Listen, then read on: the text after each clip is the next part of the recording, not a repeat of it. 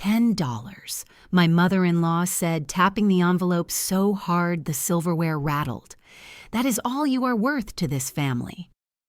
I felt every pair of eyes turn toward me. The dining room was full tonight, 9 people packed around a table that suddenly felt too small for air. Evelyn did not wait for privacy. She wanted blood. She slid the envelope across the table until it stopped in front of my plate. Her voice carried like she was addressing a crowd. If my son divorces you tomorrow, you get $10. 10. Because that is the value of your contribution. Someone on the right snorted a laugh. A cousin, maybe. Then another voice. $10. Too generous.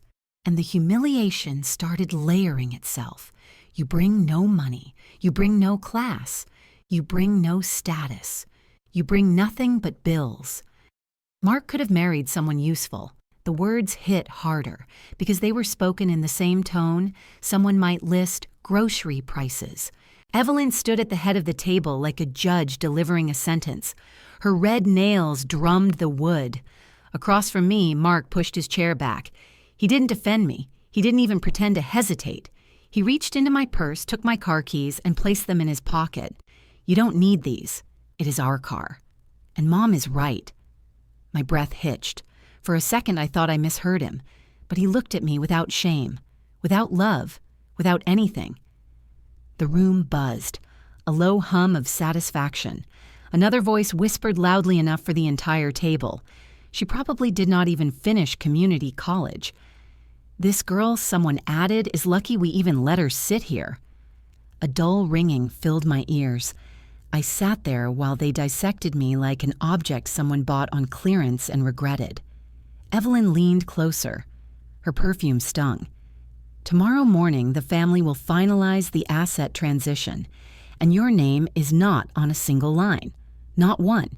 You are a guest in this family. A temporary one. She opened the envelope just enough for everyone to see the crumpled bill inside. A single 10, torn at the corner. She tossed it toward me like she was feeding a stray animal. A few people laughed again. My cheeks burned, but something colder than shame was settling inside me. Something still, something calculating, because they truly believed I had nothing. They believed I came with empty hands, empty pockets, empty worth. They forgot I could hear numbers in ways they never could. They forgot what I learned before I ever met them. They forgot what my uncle left me. They forgot that silence does not mean weakness. I looked at the $10 bill resting by the spoon. My fingers brushed it. The laughter around the table swelled, pleased with the spectacle. Evelyn crossed her arms. Well, aren't you going to say thank you? The room waited. Mark smirked. Aunts watched like they were front row at a play. I straightened my back and looked at Evelyn directly for the first time that night. My voice was quiet. Too quiet for them to understand the weight of it. Is that so, Mom? Well, let's see tomorrow morning. The table erupted again. She thinks she has power. She thinks she can threaten us. She should be grateful we tolerate her. They laughed because they thought the story ended here. A worthless girl. A $10 envelope. A marriage where love evaporated and control took its place. But I knew something they didn't. I knew what was waiting at home inside the folder under my desk. I knew the numbers I had in my phone. I knew the signatures I had collected. I knew the reports. I knew the accounts they thought no one noticed. I knew what the state would say when they finally saw the real ledger. And most importantly, I knew the one truth that would flip this entire table upside down tomorrow morning. They had underestimated me. They always had. I picked up the $10 bill and folded it neatly, slipping it into my pocket like it was a promise. Evelyn scoffed, already bored with me, but I could feel the shift beginning. Quiet, sharp, unstoppable. $10. Tomorrow morning they would learn the real cost of underestimating me. I did not sleep that night, and even as the house settled into its cold silence after the dinner disaster, I lay awake replaying every word Evelyn had thrown across the table, every smirk, every snort, every glance that marked me as an outsider. Yet as the darkness shifted toward dawn and the echo of $10 kept circling my thoughts, something steadier began to form beneath the bruised embarrassment.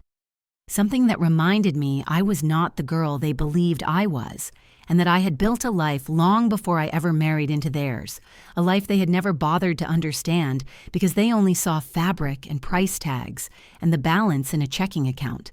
My name is Lila, and at 28, I work as a part-time accountant in a small office downtown, a modest job with modest hours and modest pay. And I walk to work most days because parking in Portland drains money faster than groceries do. And this simplicity made Evelyn believe she had measured my entire worth at a glance, as if the number of hours on my pay stub defined the ceiling of who I could ever be. I married Mark when I was 26. And back then his smile hid the shape of his mother's control, a control that slowly revealed itself like mold spreading behind wallpaper. And once I moved into their family circle, there was no escaping the web Evelyn had spun around her only son. Mark was the quiet type, the agreeable type, the type who wanted peace at any cost, even if that cost was my dignity. And I learned quickly that he had spent his entire life orbiting his mother's approval, which meant he had little left for me. Evelyn owned Heart Interiors, a home materials store that had been sitting on the same block of Division Street for almost 30 years. And in this neighborhood, people treated her like a woman carved from iron, someone who had built a business with her bare hands and guarded it with teeth. If necessary, someone who made decisions quickly and judged even faster. And soon after our wedding, she placed me neatly beneath that sharp gaze and labeled me inadequate a word she never had to speak aloud because it lived in every sigh she directed at me, every frown, every clipped comment about my clothes or my salary or the fact that my parents lived 2 states away and could not offer anything to the Heart name. What she never knew, because I never told her, was that before Mark, before Portland, before this family that swallowed me whole, I had spent most of my childhood living with my uncle, a man who built a supply chain technology startup in Seattle that grew faster than anyone expected, a man who pored over data the way some people read scripture, a man who taught me to see numbers as stories and stories as opportunities. And when he passed, he left me 40% of the company's remaining shares that had not yet been bought out during the acquisition, because the new owners planned a secondary round and wanted his portion available for strategic deals later. Those shares were worth more than anything Evelyn owned, but I never lived like someone holding millions in quiet potential, because the company was still going through complicated tax adjustments and asset redistribution, and I had no interest in flaunting something I did not yet want to touch. Simplicity made me comfortable, and I never wanted to become the kind of person who needed luxury to breathe. Mark did not know the full value either, but he knew enough to feel uneasy, and I could see it in the way he avoided asking, the way he never told his mother that my uncle's company existed beyond a passing mention, as if he feared how Evelyn would react if she learned the girl she thought was beneath her actually carried more wealth than her entire store produced in 5 years. Still, Evelyn preferred the version of me she invented, the girl who brought nothing earned, nothing contributed, nothing, a girl she could step on the way she stepped on a rug sample she did not like. And for a long time, I let her believe that because silence gave me space to watch and understand and eventually discover things I was not supposed to see. Working part-time meant I often arrived early to Heart Interiors when Mark needed help, reorganizing invoices, or checking supply orders tasks Evelyn claimed she did not trust me with, but still handed to me whenever she was too tired or too busy showing off new tile samples to her friends, and it was during these quiet hours that I began noticing numbers that did not match dates, that repeated when they should not, inventory lists that seemed bloated, and employee payments that looked suspiciously consistent for people I had never met. At first, I dismissed it as messy bookkeeping, the kind small businesses often fall into, but the more I looked, the more the pattern sharpened, and soon there was no denying that Heart Interiors had been underreporting revenue for 5 years straight, shifting funds, creating ghost employees, and filing altered sales documents that would crumble under even a mild audit.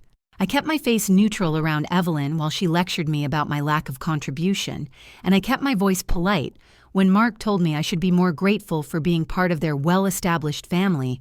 But under that calm surface, I began taking notes, storing screenshots, photographing invoices, building a quiet archive of everything they never expected someone like me to understand. The irony, the sharp, delicious irony, was that the very thing they mocked in me, my accounting skills, my humble job, my modest spreadsheets, was exactly what made me see every flaw in their operation. They had no idea I had begun assembling 5 years of irregularities, no idea that I understood the tax codes better than anyone in their circle, no idea that the girl they tried to crush was cataloging every hidden mistake they had ever made. And as each document slid into my private folder, as each number confirmed what the previous one hinted, I realized I was no longer simply enduring their cruelty. I was preparing for something they would never see coming, something they would not believe even after it unfolded right in front of them, because Evelyn thought she held the power in this family, and Mark thought he held the authority to define my worth.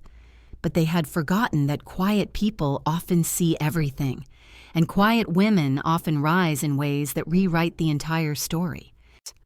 The morning after the dinner felt heavier than the sky itself, yet before the storm I planned could unfold, Evelyn managed to create another scene that reminded me exactly why she believed she owned the world around her, because that Sunday she insisted we attend the church charity event.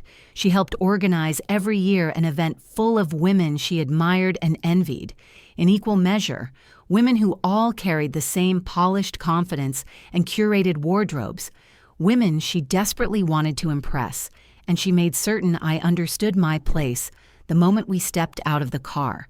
Because while everyone else walked through the front entrance, greeting one another with warm smiles and familiar laughter, she led me around the side of the building toward the restroom corridor where the air smelled faintly of bleach and damp paper towels, and she pressed a stack of flyers into my hands with a look that told me resistance was pointless. "You will stand here and hand these out," she said, not even bothering to lower her voice as if I were simply another volunteer with no connection to her family, and I felt the sting rise in my chest. But before I could respond, she tilted her head toward a cluster of well-dressed women taking their seats near the front of the hall and added, "These circles are not for you. These are women of value, and you are not comfortable in that world." I swallowed the bitterness sitting on my tongue, because the memory of last night still clung to me like a bruise. But Evelyn was not finished. She wanted an audience for her cruelty, and she got it within minutes, because as guests began trickling in, she raised her voice just loud enough for those passing by to hear her say, "She's only here because my son is soft-hearted. Otherwise, she would not be included at all," and heads turned in that slow, curious way people have when they sense conflict but pretend to ignore it. I steadied my breathing and continued offering flyers with a forced, small smile, but every few minutes, someone would glance from me to Evelyn and back again. The message loud, even in silence, and when Mark arrived a little later carrying donation jars, I thought for a brief second he might stand beside me or offer comfort, or at least acknowledge the cruelty happening so openly. But instead, he walked straight to his mother, who whispered something into his ear while looking directly at me, and he nodded like a child receiving instructions. When he finally approached, he did not come with kindness. He came with confirmation, telling me quietly but firmly, "Mom is right. You do not fit in these circles," and the way he said it felt like another door locking behind me. Another reminder that in this family I would always be the outsider, no matter how many roles I tried to fill. My hands trembled slightly as I held the stack of flyers, not enough for anyone to call it shaking, but enough for me to feel the crack forming inside my patience. And Evelyn must have sensed it too, because she came back with a new task layered in sugar-coated charity, telling me the church needed a $600 donation immediately to finalize the printing for next month's outreach program. And since I had been using their household resources, perhaps it was time for me to contribute my own part.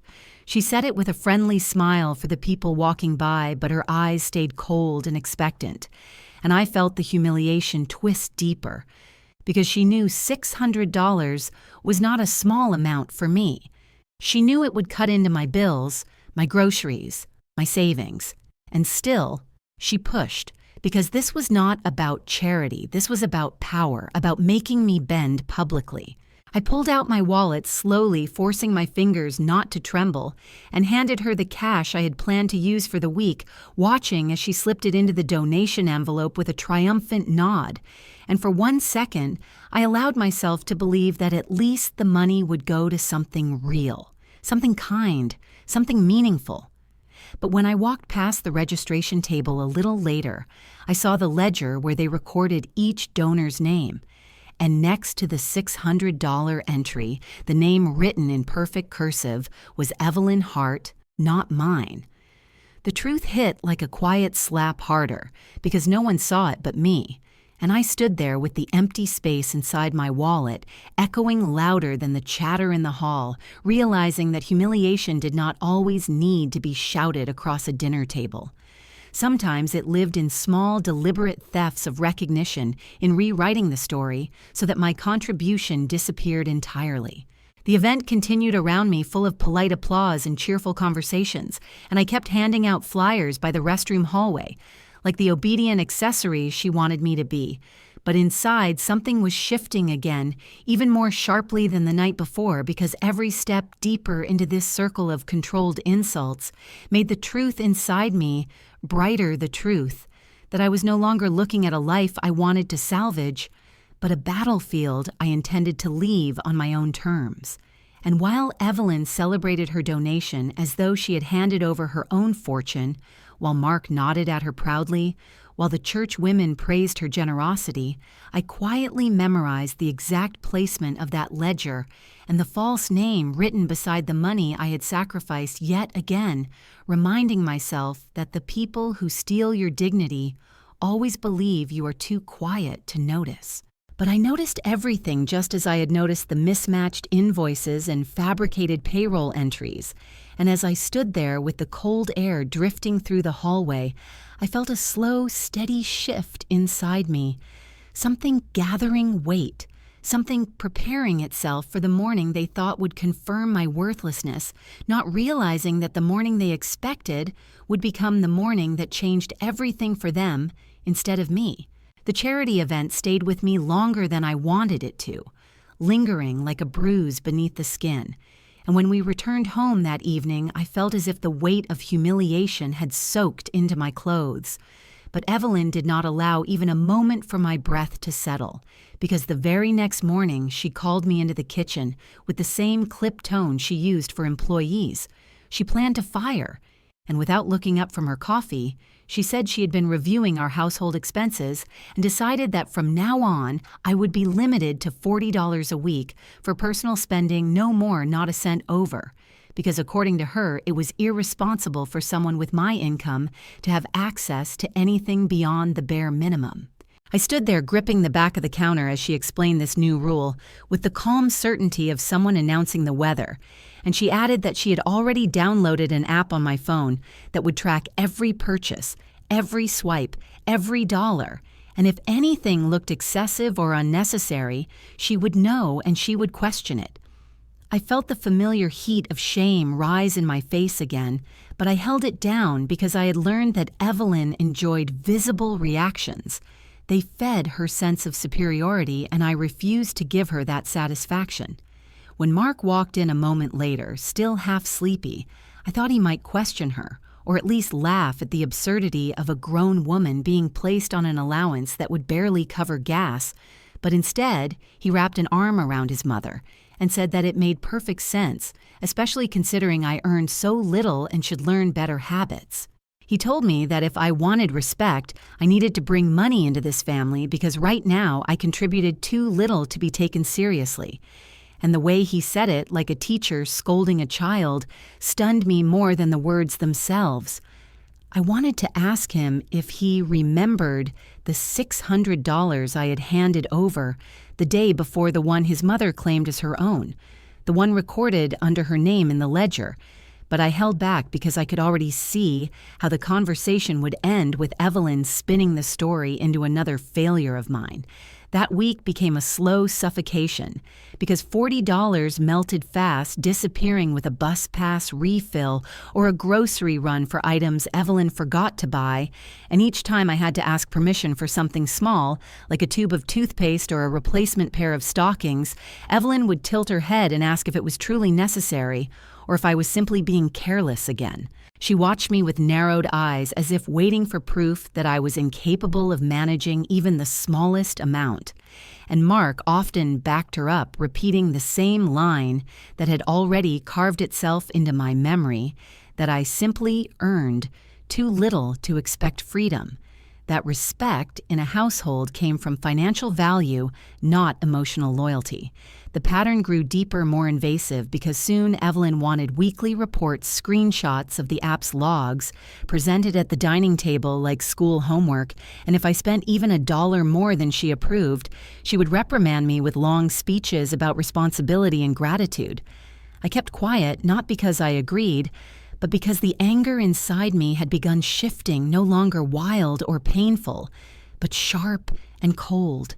An anger that built itself through quiet observation, because each restriction she placed on me became another reminder that they believed their power was absolute. One afternoon, while I was reviewing a stack of invoices she had tossed at me with her usual dismissive wave, she looked up suddenly from her computer and said in a voice too casual to be accidental, "You should know that if anything ever happens to Mark, you get nothing. I blocked your name from every account, every asset, every consideration, and people like you leave with whatever pocket change you already came with."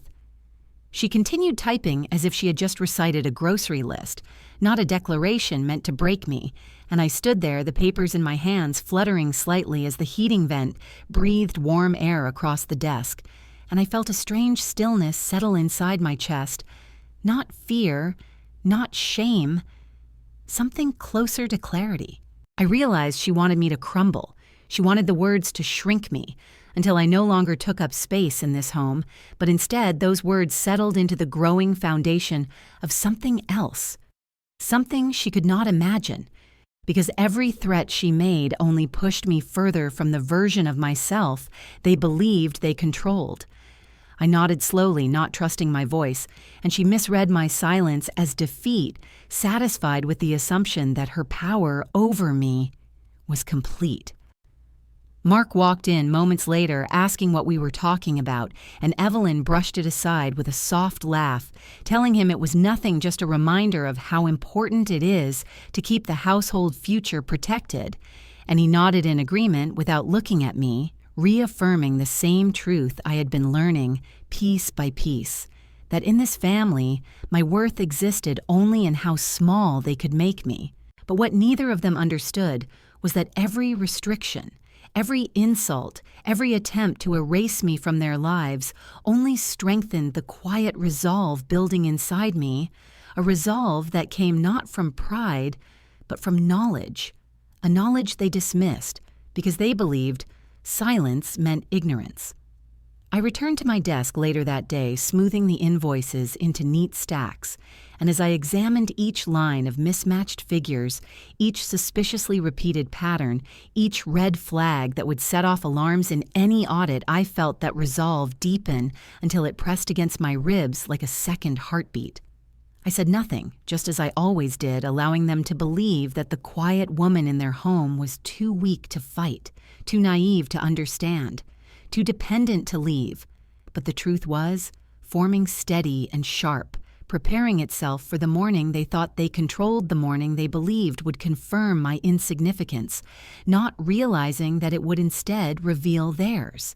The weeks that followed settled into a rhythm that felt more like erosion than routine, because every day in that house chipped away at another part of me, not with shouting or violence, but with the steady precision of Evelyn's words, each one crafted to remind me that in her eyes I would always be beneath the level of the women she admired in this community.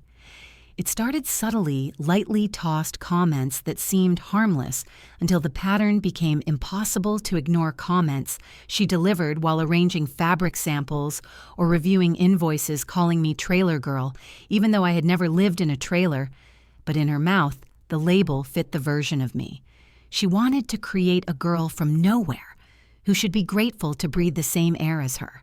When she felt bolder, she used cheap accountant as if it were a name and not an insult, adding no class wife whenever she thought Mark might be listening, wanting him to hear her narrative repeated until he accepted it as fact.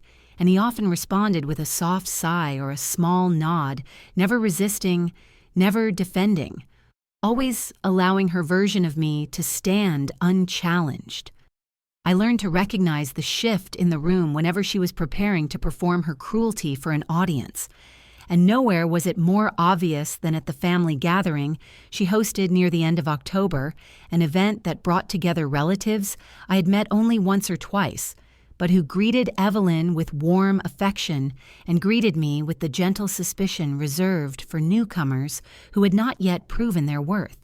The evening began politely enough with cousins chatting over casserole and children running through the living room, but it did not take long before Evelyn's voice rose just slightly above the others, telling a story I had never given her permission to tell, saying Lila's family is poor in the same tone someone might use to say Lila prefers tea over coffee.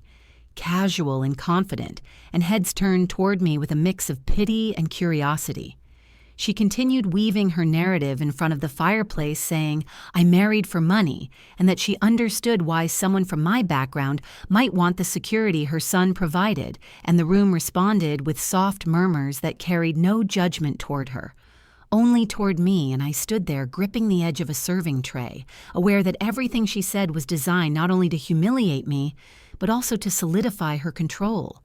Mark stood beside her, sipping from his glass, and when one of his cousins nudged him, asking if the story was true, he simply shrugged and said something vague like, "She is doing her best," and the shrug itself was enough to confirm everything Evelyn had implied. I felt a wave of heat move through my chest, but swallowed every word I wanted to throw back, because speaking up would only feed Evelyn's narrative, and silence, though painful, allowed me to watch her with clearer eyes that saw through her polished presentation to the insecurity beneath it, the insecurity that needed an enemy to feel strong. As the evening progressed, she drifted from conversation to conversation, dropping comments about my upbringing, my job, my supposed lack of social awareness, building a story that placed me firmly at the bottom of the family hierarchy. And each time I walked past a group, I could feel their glances flick toward me, then away quick and apologetic, as if they were witnessing a small tragedy they knew not to intervene in.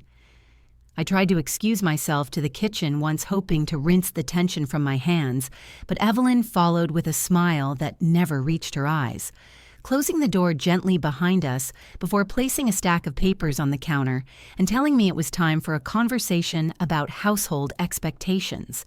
She spoke slowly, as if delivering good news, explaining that she had drafted a household contract, a document that clarified ownership and responsibility, and she wanted my signature to make everything official.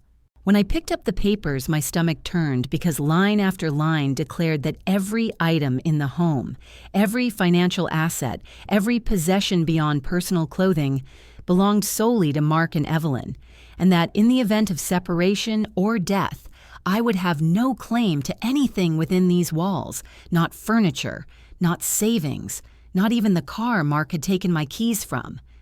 She waited for my reaction, her arms folded loosely, her posture confident. Knowing this document offered me nothing but legal erasure, and when I looked at Mark in disbelief, he avoided my eyes, staring at the floor, as he admitted that Mom thought it was best for protecting the future of the family. I could feel the room narrowing, the air tightening, the contract in my hands trembling slightly as I held back the flood of anger rising through my chest, because this was not just control. This was paperwork designed to make my existence in their life legally insignificant. Evelyn tapped her finger near the signature line and said she expected this signed by the end of the week because it was important to put these things in writing before things became complicated, and she gave me a smile meant to disguise dominance as kindness. I folded the contract carefully, not tearing it or rejecting it outright, because I knew that the more they believed they had cornered me, the more blind they would be to the truth building behind them. And I nodded slowly, saying nothing, because silence had become my shield as much as my weapon. Evelyn mistook it for submission, her smile widening as she left the room satisfied, but inside something colder and steadier began moving into place, because the more they tried to define my worth, the more determined I became to let them see what they could not imagine, and the deeper their insults cut, the sharper my resolve grew, forming the quiet calm that often arrives right before the storm. The days after the family gathering moved with a heaviness that settled into my bones, each hour shaped by the same tightening pressure that had been building for months, and the shift from subtle humiliation to outright hostility took its next step inside Heart Interiors on a gray Thursday morning, when Evelyn discovered that a shipment of tile samples had come in short by several boxes, something that happened often in small businesses, but never without someone to blame. And because blame was her preferred language, she called an immediate meeting in the warehouse, gathering the staff in a semicircle, while I stood near the shelving units with the clipboard she had thrown at me earlier. She paced slowly as if she were addressing a courtroom rather than a group of employees who were simply trying to do their jobs. And when she stopped in front of me, I knew exactly where her accusations were headed, even before her voice sharpened into that familiar tone, the one she used when she wanted to inflict a wound that would echo long after the conversation ended. She said the shortage must have happened during the intake process, and since I had reviewed the invoices that week, it was clearly my oversight. And she delivered this conclusion with the cold certainty of someone who had no interest in truth, only in establishing hierarchy. The staff shifted uncomfortably, exchanging wary glances, and I felt the weight of their confusion settle on my skin like dust, because they had never seen Evelyn direct blame so openly at one person, and their silence told me they were unsure whether to defend me or accept her version of events. One of the younger employees murmured that I had only checked the paperwork, not the shipment itself, but Evelyn cut her off sharply, stating that responsibility did not require physical handling, only competence, and then she turned her gaze back to me as if waiting for me to crumble. Mark walked in at that moment, his expression tired and distracted, and instead of asking what had happened, he immediately sided with his mother, telling me that if I helped with the books, I needed to take the job seriously, raising his voice in a way he never had before, using the presence of the employees as a shield to make himself look authoritative, and the humiliation that followed felt colder than the warehouse air. My mouth opened slightly, but no words came out because I knew logic and truth held no power here, not when Evelyn had already chosen her narrative and Mark had chosen to echo it. The meeting ended with Evelyn announcing stricter oversight for all paperwork handled by me, implying in every tone and pause that I was the weak link in the family operation, and the staff dispersed, slowly glancing at me with quiet pity, or in some cases quiet suspicion, the kind that grows when a person is accused enough times to shift perception even without proof. I returned to the office with my hands shaking slightly, the clipboard pressed too tightly between my fingers, and before I could sit down, Evelyn followed, closing the door behind her in a deliberate gesture that told me another blow was coming. She did not pace. This time she stood directly in front of my desk and placed her hand out, telling me she would need my debit card for the time being because it made no sense for someone who had demonstrated poor responsibility to have access to any accounts. And she claimed it was for my own good that I needed discipline, that I needed guidance, twisting the words into something that sounded almost maternal if not for the edge beneath them. I stared at her stunned, but when I hesitated for even a moment, she reached across my desk and pulled the wallet from my bag, removing the card herself with a firm motion that left me breathless. Then she slipped it into her own purse with a small, satisfied smile.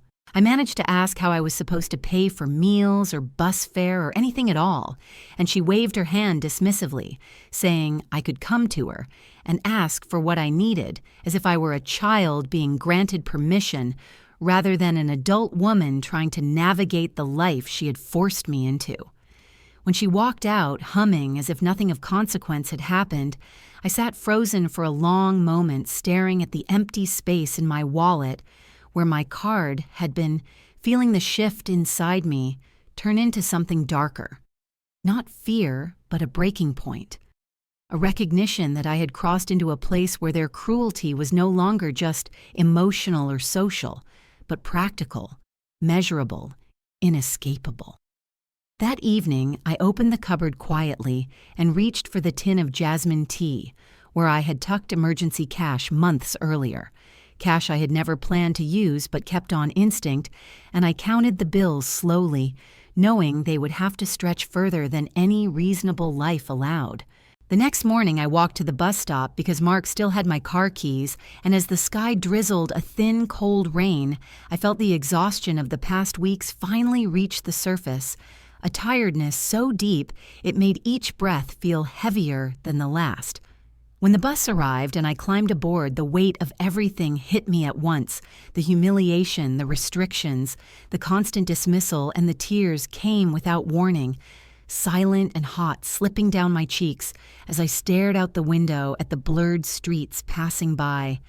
I turned my face slightly so the other passengers would not see, but the ache in my chest felt impossibly loud, and for the first time since all this began, I found myself asking a question I had avoided for months, asking whether I was worth even a single cent to this family, whether I existed in their home as anything more than a servant or a scapegoat or a reminder of their dominance. The bus rattled over a pothole and the movement jolted me back into my body, and I wiped my face quickly, forcing my breathing to steady because even in that moment of despair, I knew something else lived beneath the pain. Something quiet and strong, something that had not been crushed, no matter how hard they tried. And while the question still echoed inside me, another truth rose slowly to meet it, a truth they would learn soon enough, because my worth was not theirs to define, and the breaking point they thought would destroy me was instead becoming the moment I began to rebuild myself from the inside out. I returned to Heart Interiors the next week with a quiet steadiness that surprised even me, a steadiness that felt like the thin line between resignation and awakening. And as I stepped inside the back office where the fluorescent lights flickered with their usual indifferent hum, I sensed that something was shifting, not in Evelyn or Mark, but in me. Because the more they pushed, the more clearly I could see the cracks in the empire they believed was untouchable.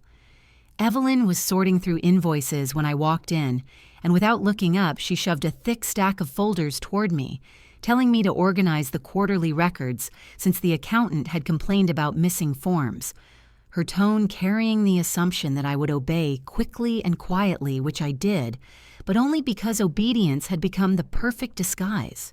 I sat at the small desk in the corner, the one she once called my training seat, as if I were a stray. She had taken in, and I opened the first file expecting nothing more than the usual clutter of receipts and supplier bills, except this time, the numbers felt wrong the moment my eyes landed on them. The revenue totals too neat, the expenses too symmetrical, the margins too perfect, in a way real business never was, and a quiet alertness rose inside me. A familiar feeling from years ago when my uncle taught me how to read financial patterns the way some people read human faces. I turned another page, then another, and that was when it appeared a vendor invoice for a bulk fabric shipment that had supposedly arrived 4 months earlier, complete with order number, quantity, and cost all, formatted in a way that looked legitimate at first glance. but the supplier name made something inside me pause, because I had seen the same name on a different document the previous week, this time listed as a payroll recipient, a person supposedly employed for part-time design consultations, yet the address did not match any local residents I recognized. I typed the supplier name into the state business registry on my phone under the desk, my heart beat slow but steady, and the search returned. Nothing. No registration, no contact information, no tax ID, not even a trace in old directories, which meant one thing: the supplier did not exist outside Evelyn's paperwork.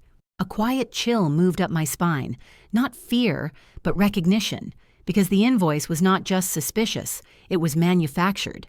And when I returned to the payroll sheet from earlier that month, I saw the same handwriting pattern, the same formatting oddities, the same round numbers that no legitimate vendor ever used, and suddenly everything aligned: the fake vendor, the ghost employee, the missing shipments, all blending into a single truth. Hard Interiors was hiding income, significant income, about $170,000 a year, based on the patterns I could trace in those first 10 minutes alone. I kept flipping through files, each one revealing a deeper layer of manipulation: fabricated overtime, inflated supply orders, incorrect tax withholding. And the more I read, the more the puzzle began to reshape itself into a map of guilt, a map Evelyn had drawn carefully for years, while assuming no one beneath her would ever understand what they were looking at. But I understood better than she could ever imagine, because my uncle had built his company from nothing, navigating audits and compliance with meticulous discipline. And when he taught me accounting, he did not teach the surface. He taught the skeleton beneath it, the structure that exposed lies even when the numbers looked polished. And as I sat in that cramped corner office with the cheap plastic chair digging into my back, I felt something powerful take root inside me.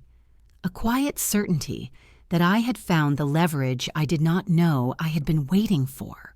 I pulled out my phone, angling it slightly behind a stack of binders, and took the first photo, the fake invoice glowing faintly under the office light, then the payroll sheet, then the ledger summary that showed monthly revenue far below what the store actually generated based on inventory turnover. And I checked the hallway every few seconds, keeping my breathing steady, moving slowly, methodically, capturing every piece of evidence, because I knew this was not just a mistake or a bad habit, this was systematic tax evasion. The more I uncovered, the bolder Evelyn's hypocrisy appeared, especially when I came across receipts for her recent vacation to Maui, paid for through the same fake vendor account, and the dealership paperwork for her new SUV purchased under a business expense category that made no sense, and something inside me tightened with clarity. She had used her family business to fund luxuries while criticizing me for every dollar I spent, while calling me a burden, a leech, a woman who brought nothing but bills. Yet here were the real bills, the real theft neatly filed under her name.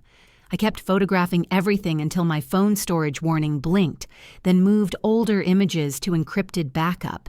Every motion precise, every decision deliberate. Because now I was no longer the powerless daughter-in-law, standing silently at family dinners. I was a witness collecting evidence, a woman building a case without announcing it. When I finally closed the last folder, my pulse had settled into a calm rhythm, the rhythm of someone who finally understood the battlefield she was standing on. And as I tucked my phone into my bag, I realized something else. I had two weapons now, not just the secret 40% stake in my uncle's company, the shares I had hidden for years under the explanation of complicated taxes, but also the undeniable proof that Hard Interiors was a cage made of lies. A cage Evelyn believed she controlled, but one I now held the blueprint to dismantle.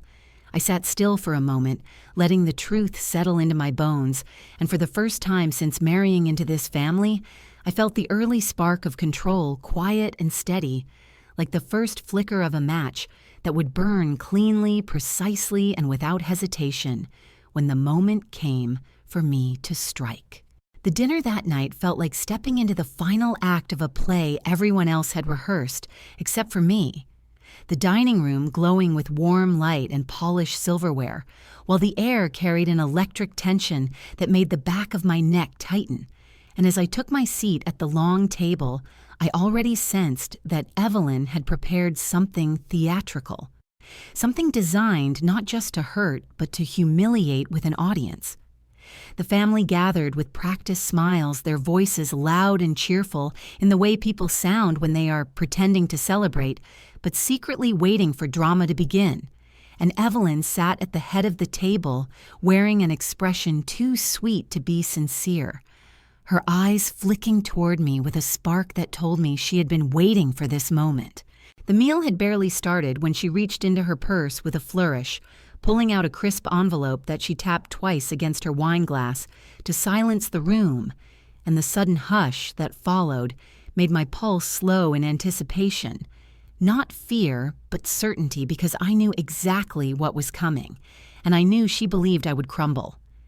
Evelyn stood slightly holding the envelope with her fingertips as if it were a precious document, and she announced, with a theatrical sigh, that she had taken the liberty of preparing something for me ahead of tomorrow's family asset meeting, something that would clarify my position in the Foster household, something she said would save everyone time and misunderstanding. She slid the envelope toward me across the table, letting it stop just inches from my plate, and when I didn't immediately reach for it, she smiled in the practiced way she used when speaking to children, telling me to go ahead, open it, no need to be shy in front of family. I lifted the flap slowly, the paper crackling softly, and when I pulled out the single bill folded neatly inside, the room erupted with restrained laughter, the kind people try to hide behind napkins, and forced coughs, except no one here bothered hiding anything. A $10 bill, bright clean and placed with deliberate cruelty. Before I could speak, Evelyn's voice cut across the table, dripping with triumph, as she said that this was a symbolic gesture, a reflection of what I had contributed to the Foster name, a fair valuation of my worth in the event Mark ever chose to leave me. And she said the number again, slowly $10, drawing out each syllable as if savoring the sting it was meant to deliver. Someone down the table snorted, another cousin leaned toward his wife and whispered loudly that $10 was generous, and the laughter swelled, building into a chorus that wrapped around me like smoke. I felt Mark's hand brush behind my chair as he stood up abruptly and without warning reached into my coat pocket and pulled out my car keys, dangling them for the room to see, before placing them in his own pocket with a dismissive nod, saying that since the car was in his name, it belonged with him, that it made sense to keep things tidy given the asset review tomorrow, and the humiliation of that gesture burned hotter than anything Evelyn had done. Evelyn clapped lightly, delighted by her son's initiative, then leaned forward with a bright smile and told me to remember my manners, to thank her properly for such a thoughtful gift, and the entire table fell silent, waiting to see whether I would obey, expecting me to bow my head and murmur gratitude like the obedient outsider they believed I was. I looked at her, really. Looked at the woman who had spent years sharpening her cruelty into a tool, and something settled inside me, something quiet and resolute. And when I finally spoke, my voice was soft but steady, a calm that came from knowing something she did not. I said thank you, but not in the way she expected, because my words came with a small smile that did not belong to a defeated woman. And when I added the sentence that followed, I could feel the confusion ripple through the room before the meaning even reached them. I said, "Let's see tomorrow morning." The laughter paused, faltered, then tried to rise again, but couldn't find its balance, because something in my tone, something in the memory of how I had looked at Evelyn, unsettled them without explanation, a discomfort they couldn't name. I tucked the $10 bill into my palm, the edges warm from my fingers, and slipped it quietly into my wallet, as if it were an artifact rather than an insult, because I already knew what it would represent soon.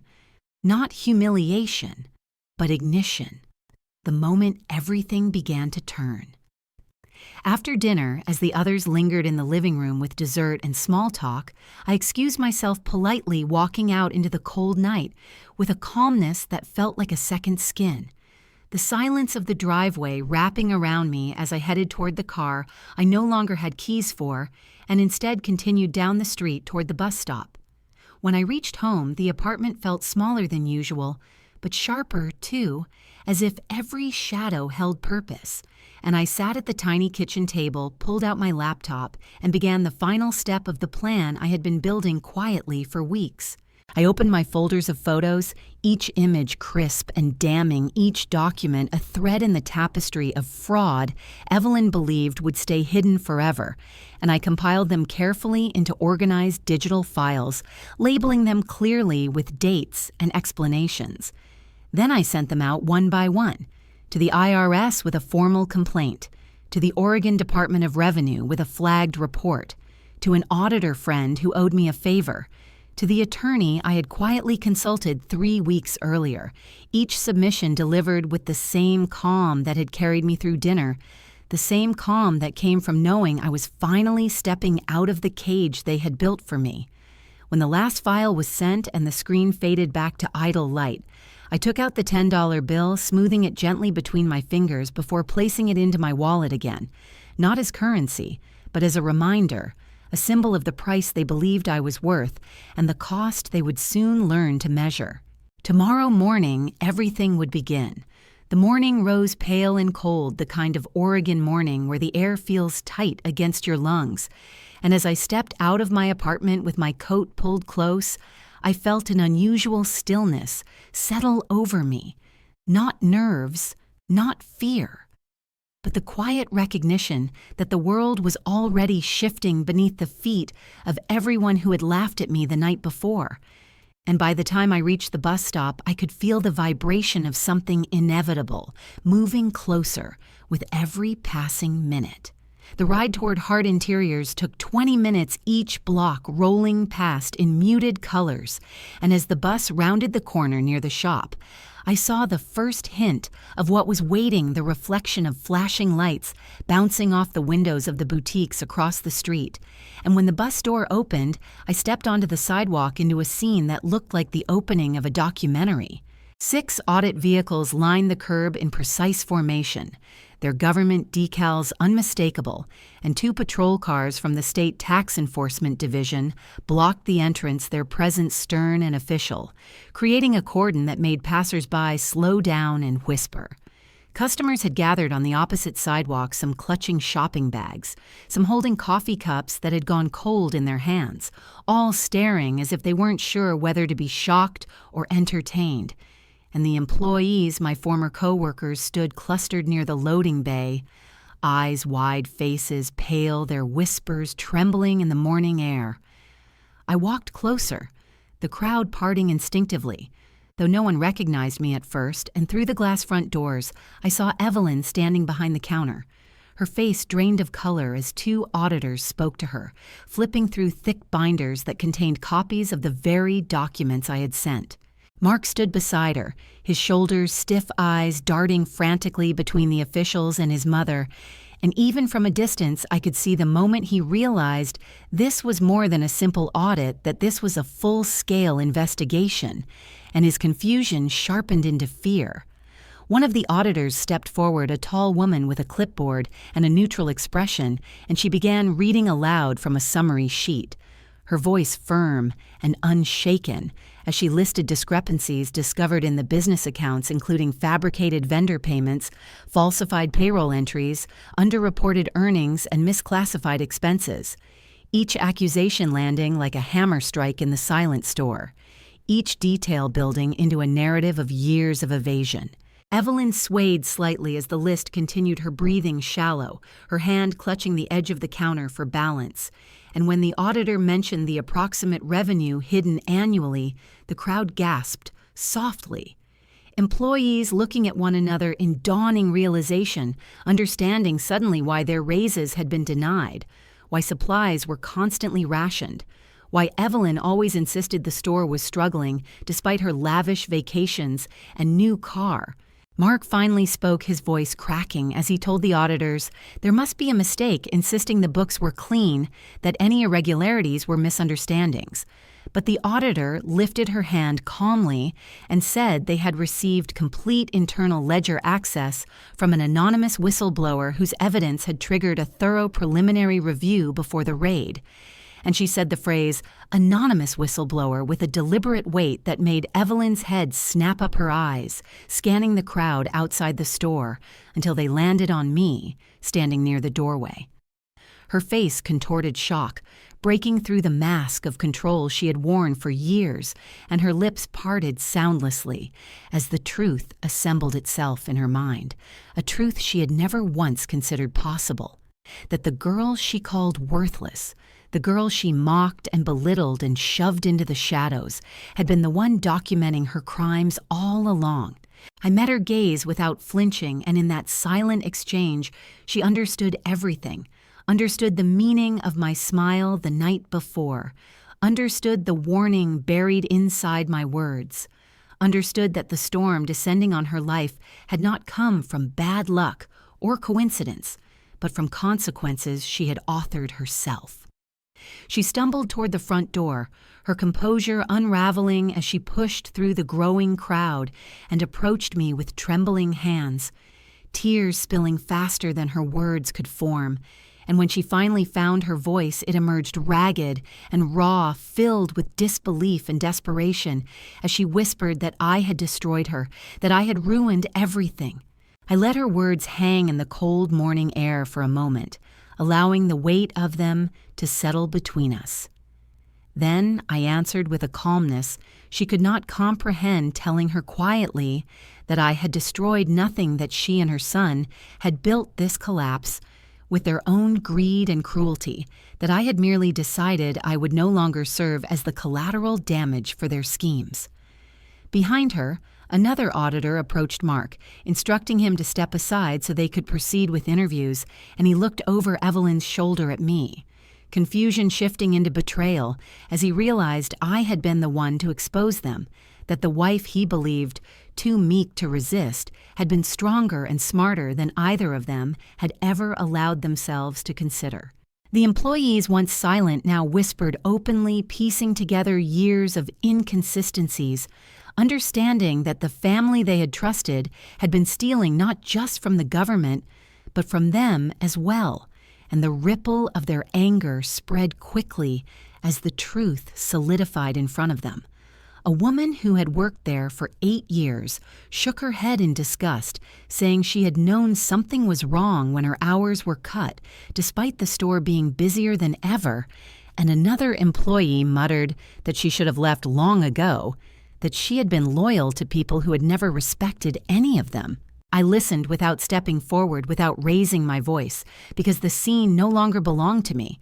It belonged to the truth, unfolding in real time, the truth they had invited through their own actions.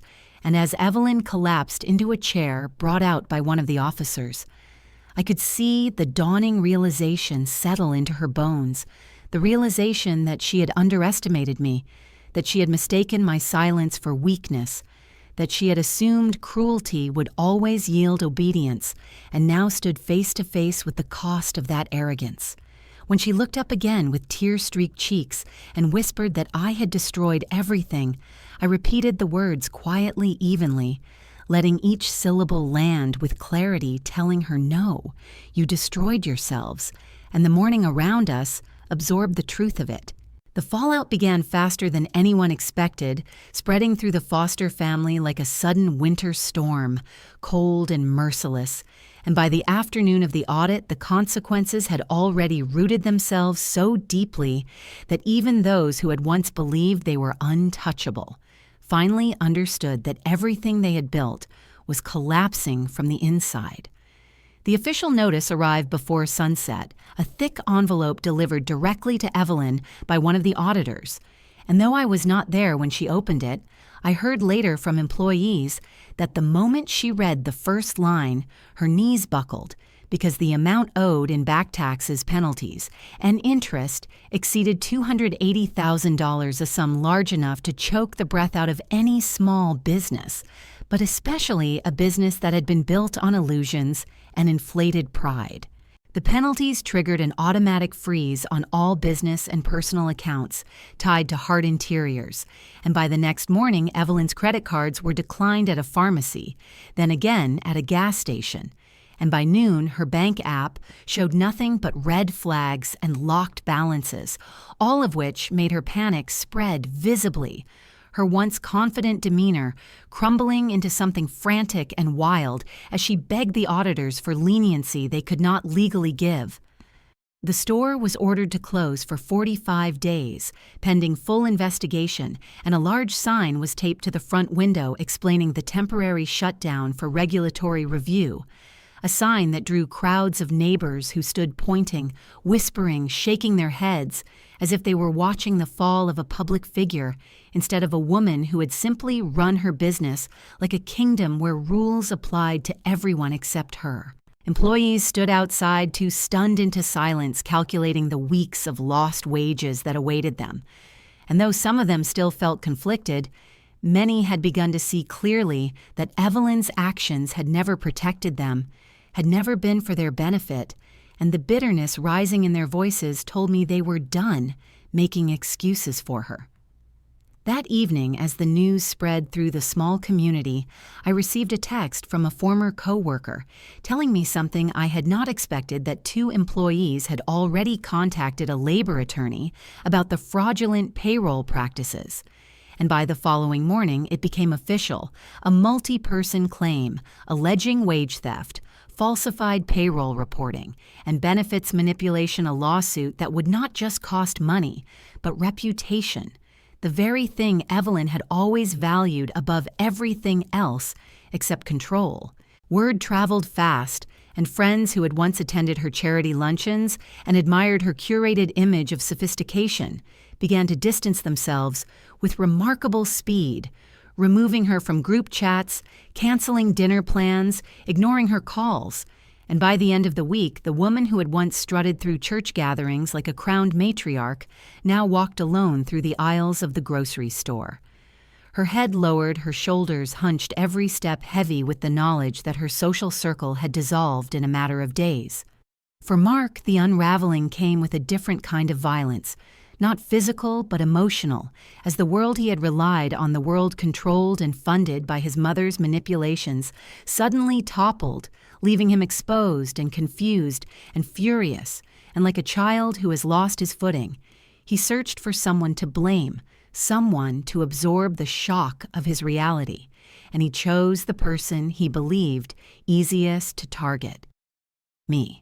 He cornered me in the parking lot outside my apartment 2 days after the audit, his face gaunt from sleeplessness, his anger spilling out in harsh breaths as he accused me of betrayal, of cruelty, of destroying his family. And when I remained silent, he grew louder, calling me ungrateful, calling me calculating, calling me a gold digger in a tone so desperate it barely sounded like an insult anymore. He shouted that everything I had ever done was for money, that I had married him for financial security, that I had used his trust against him, and I simply stared back at him, letting his words fall flat in the air between us, because everything he said revealed more about him than about me. I watched him struggle, watched him pace back and forth, watched him try to make sense of a life that no longer obeyed his expectations, and I realized that Mark was not truly angry at me. He was angry at the truth.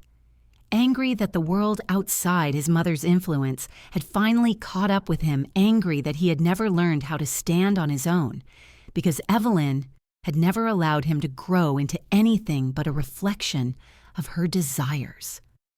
When he called me a gold digger again, louder this time, the irony nearly made me laugh, because the only people in this entire story who had treated wealth like a weapon were the very ones accusing me of chasing it.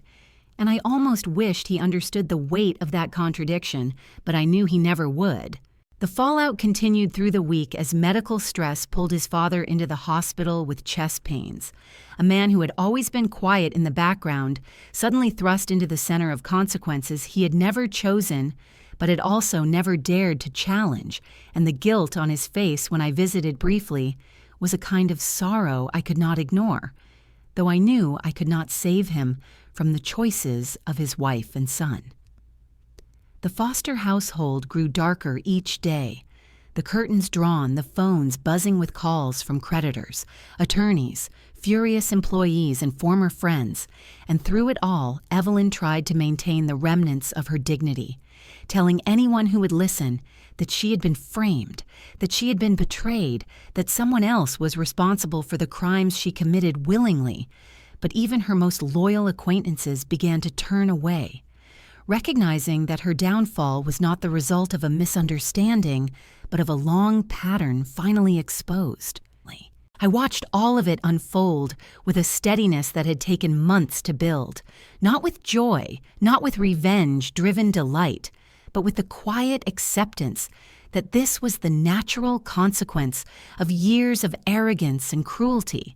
And though Mark continued to lash out, calling me names, blaming me for things I had not done, and things I had done it no longer pierced the way it once had, because I had already learned a truth Evelyn had never understood. The truth that power built on fear collapses the moment fear no longer works.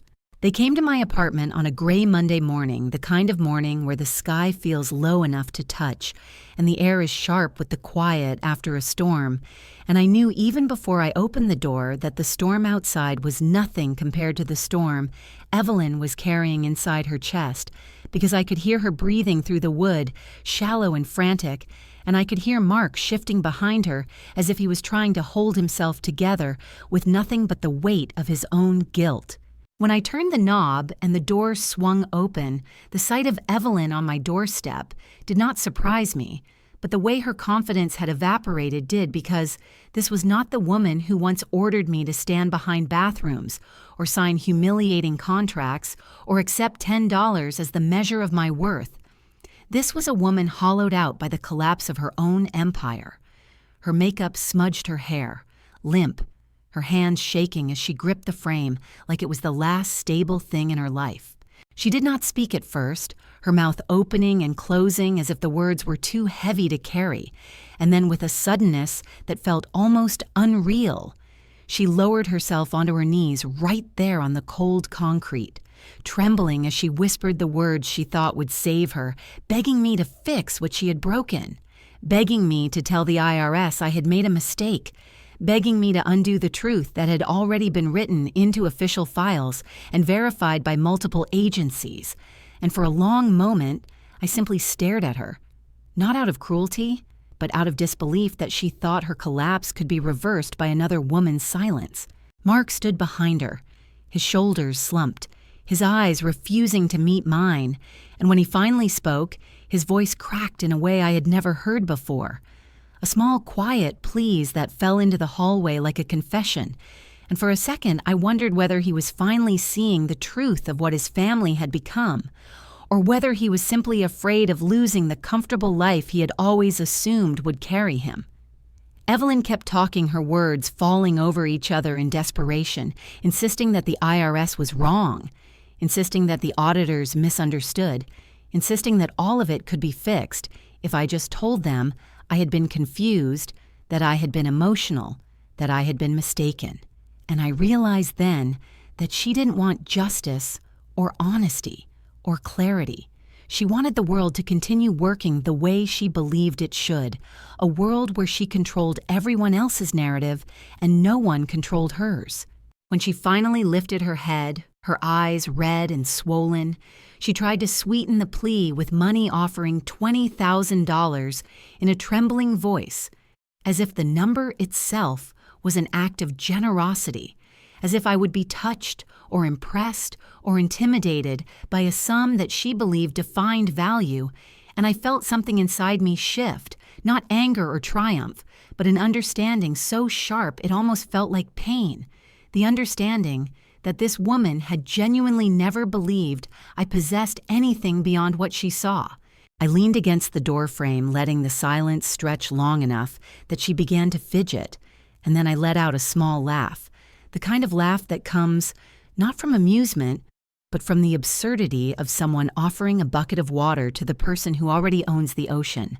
And I repeated her words back to her with a calmness that made her flinch, reminding her that yesterday I had been worth $10 in her eyes, reminding her that she had placed the bill in my hand as if it were a verdict, reminding her that she had looked at me with disdain, so deep she no longer saw me as a human being.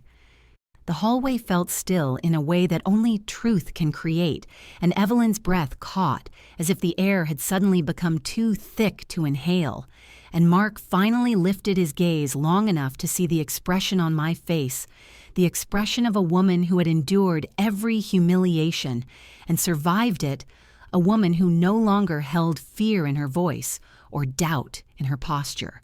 Evelyn tried one last time, reaching for the edge of my sweater as if touching me would keep me from turning away, whispering that she had been wrong, that she had been emotional, that she had acted out of stress. And I realized then that every apology she attempted was not about remorse. It was about desperation, because she still believed she deserved to be saved by the same woman she had tried to break. I stepped back inside the apartment slowly and deliberately, creating a distance that was both physical and symbolic. Then I told her the only truth she needed to hear, that the IRS did not punish people because of my words, they punished people because of their actions. That nothing she had done to me had put her in this position, but everything she had done to her employees, her customers, her books, and her own conscience had led her exactly to this doorstep. Mark shifted again, muttering that we could fix things together, that we could still be a family, and I felt a cold clarity wash over me. The clarity that comes when you finally recognize that a chapter has ended. And I said nothing more to him, because there was nothing left to say, nothing left to salvage, nothing left to explain. Evelyn whispered another plea, softer this time, but I turned the door slowly, the hinge creaking like a quiet punctuation mark, and as the gap narrowed, I met her eyes one last time, letting her see the woman she had misjudged, the woman she had underestimated, the woman she had tried to shrink into nothing. The door closed with a soft click, a sound that felt like the final line of a long, unfinished sentence, and in the silence afterward, I felt the weight of their desperation remain on the other side, knocking weakly against a barrier that would never open again. In the days that followed, the moment I closed the door on Evelyn and Mark, the world around them seemed to crumble faster than anyone expected. And although I never took pleasure in another person's suffering, there was something undeniably quiet and steady inside me that recognized this was not cruelty. This was consequence. This was the natural echo of years spent building their power on top of lies and control and fear. And now that echo was returning to them louder than they could bear. News traveled quickly in our town because nothing stays hidden in communities where everyone knows the value of every property line and every receipt. And Hard Interiors, once the pride of Evelyn's identity, was suddenly a name, whispered with hesitation. Customers pulling back orders, suppliers refusing shipments, and by the end of the week, Evelyn had no choice but to list the company for a distress sale, a process that felt painfully slow for her, yet impossibly swift for the people who had watched her rule with arrogance for so long. The sale closed at a fraction of its former valuation, barely enough to cover the most urgent penalties, and when the IRS froze the rest of her accounts, she tried to negotiate, tried to explain, tried to blame stress or old bookkeeping systems or confused employees, but each attempt only revealed how deeply the fraud had been woven into her operations. And eventually she stood in an office full of empty shelves, realizing there was no one left to blame. I heard from one of the employees that she cried at her desk for nearly an hour before signing away the business that she had once used as a throne, and I did not celebrate, but I did breathe a long, steady breath that tasted like freedom. Mark did not handle the fallout any better because when the accounts linked to Evelyn were frozen, he lost the stipend she had given him for years, the stipend he had relied upon because he never wanted to work more than he had to. And suddenly he found himself scrambling for a job with a resume that looked thin under real scrutiny. and eventually he accepted a delivery driver position at a local shipping hub, the kind of job he used to mock others for having, and people in town whispered that he looked different, quieter, thinner in ego, and heavier in realization, though I never saw him myself because I did not look for him. Meanwhile, my life moved in a direction so different from theirs, it felt like watching two trains diverge on opposite tracks, because while they were coming undone, something new and clean and steady was opening for me, something that felt like the life I had always been capable of, but had not allowed myself to claim. The startup my uncle had left me partial ownership of reached out after months of silence, explaining that they were entering a funding round and needed a temporary CFO who understood the legacy architecture of the financial systems he had designed. And although they offered the role with caution as if expecting I might decline, I accepted before the sentence was finished because it felt like the most natural return to the person I had been before Evelyn and Mark had tried to shrink me.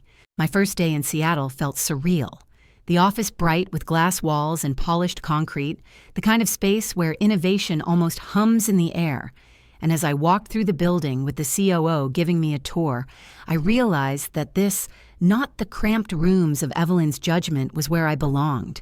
My work was not glamorous, filled with long audits and data trails and late nights refining valuation reports, but it fed something in me that had been starving for years, the part of me that loved precision and strategy and the clean logic of numbers. And when the funding round closed 2 months later, the company's valuation expanded enough that my 40% ownership leapt to a worth I had never dared whisper to anyone, not even in my own head, a number just above $2.4 million, a number that sat quietly in my portfolio, but echoed loudly in the parts of me that had once been told I was worth $10 and nothing more. I did not run out to buy luxury or parade my success in front of anyone, but I did something I had dreamed of since I was a teenager. With a backpack and a journal full of budget plans, I bought a place of my own in the Pearl District, a modern apartment with tall windows that pulled in the morning light with quiet hallways and the soft hum of the streetcar passing below. And every time I stepped through the front door, I felt something in my chest settle into alignment, as if the space itself understood that it had become the physical symbol of a woman who had reclaimed her value piece by piece. Moving in was quiet and simple. A few boxes, a coffee maker, the framed $10 bill that I placed carefully on a shelf near the window, not as a trophy of revenge, but as a reminder of the exact moment I realized that I had allowed others to define my worth for far too long. Friends visited, new colleagues visited, and each time someone stepped into the apartment, they paused, noticing not the decor, but the atmosphere. A calm, anchored confidence that had been built not from wealth, but from survival and clarity and growth. I sat one evening on the balcony with a cup of tea, the city lights flickering below, and I thought about the strange symmetry of life, how the same woman who once sat on a bus, holding back tears, now sat above a city that reflected her own resilience, how the same woman who had been ordered to stand behind bathrooms now stood at the threshold of a future she designed herself. There was no bitterness in me, not anymore, just a quiet understanding that the justice life delivered had arrived, not because I sought to destroy anyone, but because I refused to let myself be destroyed. And in that balance, I found a peace I had never known. I sat in my new apartment long after the sun had gone down, the quiet settling around me, in a way that felt almost protective, as if the walls themselves understood what it meant for a woman to finally have a space that belonged entirely to her. And when I placed the framed $10 bill on the shelf near the window, I felt a soft pull in my chest, a recognition that this single crumpled note had once been handed to me as an insult, but had become something far different. A symbol of everything I had endured and everything I had finally stepped away from, a reminder that sometimes the smallest object can carry the biggest story. The frame caught the glow of the city lights outside, a warm reflection, dancing across the glass, and I found myself tracing the outline of the bill, with my eyes remembering the exact moment Evelyn pushed it toward me, remembering the humiliation in front of everyone, the way laughter had cut through the air like knives, the sting of being told my worth was $10 and nothing more. But now that memory no longer hollowed me out. Instead, it made me stronger, steadier. The way a scar can remind you of the skin you rebuilt rather than the wound that created it. I leaned back into the sofa, letting the quiet fill the room, and for the first time in years, I felt safe enough to sit without bracing for someone to question my presence or demand justification for my existence. And I realized that healing was not loud. Healing was not triumphant music or dramatic declarations. Healing was the gentle stillness that arrives when no one is pulling at you. No one is shrinking you. No one is rewriting your story but you. As I looked around the apartment, I noticed how different this space felt from the old house, where Evelyn's disapproval clung to every room, and I let myself breathe deeply, letting the fresh air settle into my bones, feeling the difference between surviving and living. My phone buzzed with a message from my manager in Seattle, a small reminder for our upcoming board update, and I smiled, thinking about the path ahead, the work I wanted to do, the financial clarity I hoped to bring not just to the company, but to the younger employees who reminded me of myself before life taught me that trusting the wrong people can cost more than money. I thought of women in their 40s, 50s, 60s, women who had written to me privately over the years, in smaller conversations, colleagues, friends of friends, women who had whispered truths about marriages where silence was demanded, finances, hidden dignity bargained away, and I felt something rise inside me, something almost like obligation but gentler. More hopeful, the desire to encourage them in the way no one had encouraged me to tell them that their worth was not tied to a man's approval, a family's judgment, or a bank account controlled by someone else. I spoke into the quiet of the room as if speaking to all of them, saying softly that no one defines your worth.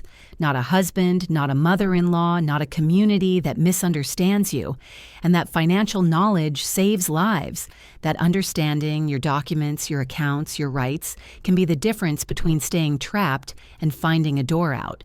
And I said aloud the truth. I had learned to believe that silence is not weakness, that sometimes silence is strategy survival, preparation for the moment you finally stand up and make the choice that changes everything. The city lights flickered below as if nodding in agreement, and I felt a calm settle through me. Not the kind of calm that erases the past, but the kind that acknowledges it without letting it define what comes next. I took one last look at the framed $10 bill, smiled at the irony of how something meant to belittle me had become a source of power, then turned to my laptop, opening the document where I had begun writing pieces of my story, not for revenge, not for validation, but for the women who might need to hear it, the women who might see their own fears in my old life and their own hope in my new one.